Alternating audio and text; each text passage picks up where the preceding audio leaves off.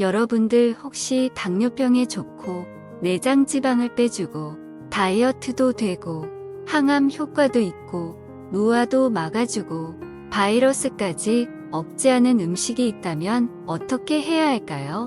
네, 그렇죠. 그게 설령 비싸고 맛이 없더라도 어떻게든 찾아 먹어야 하지 않을까요? 그런데 오늘 제가 알려드리려고 하는 건 맛있습니다. 그리고 재료비도 비싸지 않고요. 가장 결정적인 것은 쉽다는 건데요. 그 주인공은 바로 냄새만 맡아도 건강에 좋다는 계피입니다. 안녕하세요. 더 건강한 나를 위한 휴식처 건강 정류장 채널입니다. 계피는 계피 속에 속하는 나무의 속껍질에서 유래한 향신료이며 전 세계적으로 다양한 요리, 특히 디저트와 구운 제품에 널리 사용되고 있습니다. 또한 계피는 항염증, 항산화, 항균 작용으로 인해 약재로도 사용되고 있습니다.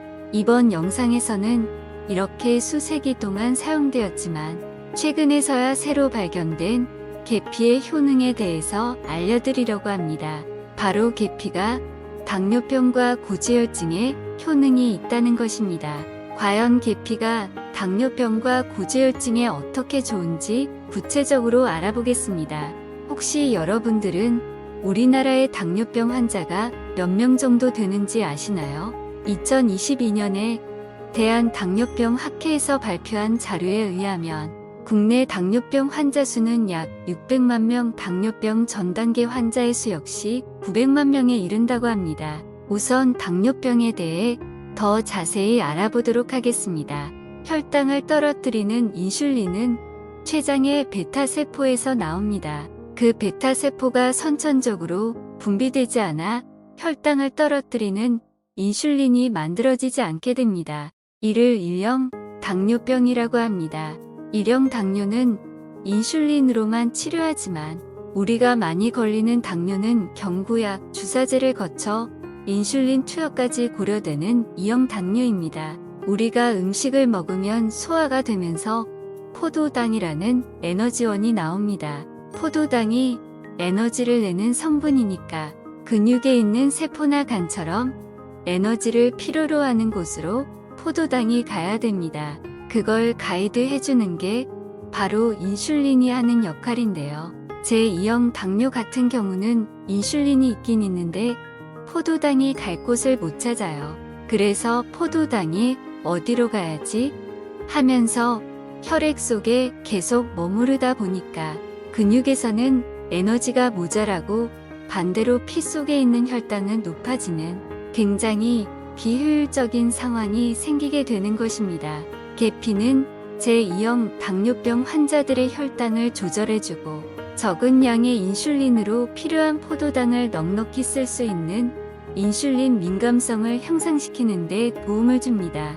계피는 2형 당뇨병 환자들의 공복 혈당 수치를 현저히 낮추고 인슐린 민감성을 향상시킬 수 있다는 연구 결과가 있으며 2012년 의학식품저널에 발표된 또 다른 연구에서도 계피가 인슐린 저항성을 감소시킴으로써 제2형 당뇨병 환자들의 혈당 조절을 향상시킬 수 있다는 것을 발견했습니다. 어떻게 계피가 이런 작용을 할 수 있을까요? 계피는 혈당 수치를 조절하는 호르몬인 인슐린을 모방할 수 있는 폴리페놀이라는 성분을 포함하기 때문입니다. 혈액에서 방황하는 포도당을 데리고 필요한 세포로 보내주는 포도당 대사를 도와주기 때문에 당뇨병 예방에도 좋고요. 당뇨를 갖고 계신 분들한테도 도움이 되는 것으로 밝혀져 있습니다. 또한 계피는 소화관에서 포도당의 흡수를 줄이기 때문에 혈당 수치를 낮추는데 더욱 도움을 줍니다. 두 번째 효능으로 계피는 콜레스테롤 수치를 감소시키는 데 도움을 줍니다. 고지혈증은 혈중 지질이나 지방의 수치가 높은 것이 특징인 질환인데요. 혹시 배가 나와서 고민이신 분들, 아니면 혹시 내 뱃속에 내장 지방이 많다는 진단을 받은 적이 있는 분들은요. 계피를 적정량씩 꾸준히 드시는 게 더 좋습니다. 왜냐하면 계피가 지방의 열을 내서 칼로리로 소모되도록 도와주는 역할을 하기 때문입니다. 뱃살도 그렇고 내장 지방도 그렇고 운동을 해도 참 안 빠지잖아요. 그런데 계피를 꾸준히 드시게 되면요. 피하 지방 그리고 내장 지방 감소 효과를 분명히 볼 수 있습니다. 특히 계피가 중성지방 수치를 낮추는 효과가 아주 뛰어난 걸로 밝혀지기도 했습니다.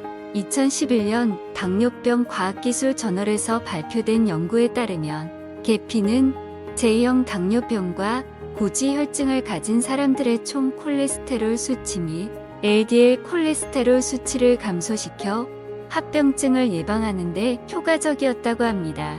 이렇게 좋은 계피를 얼마나 어떻게 먹어야 할지도 알려드리겠습니다. 당뇨병과 고지혈증에 대해 효능을 보기 위한 계피의 하루 권장량은 1에서 6g으로 계피가루 한 티스푼 정도의 양입니다. 우선 계피와 생강을 깨끗하게 씻어 물기를 빼줍니다.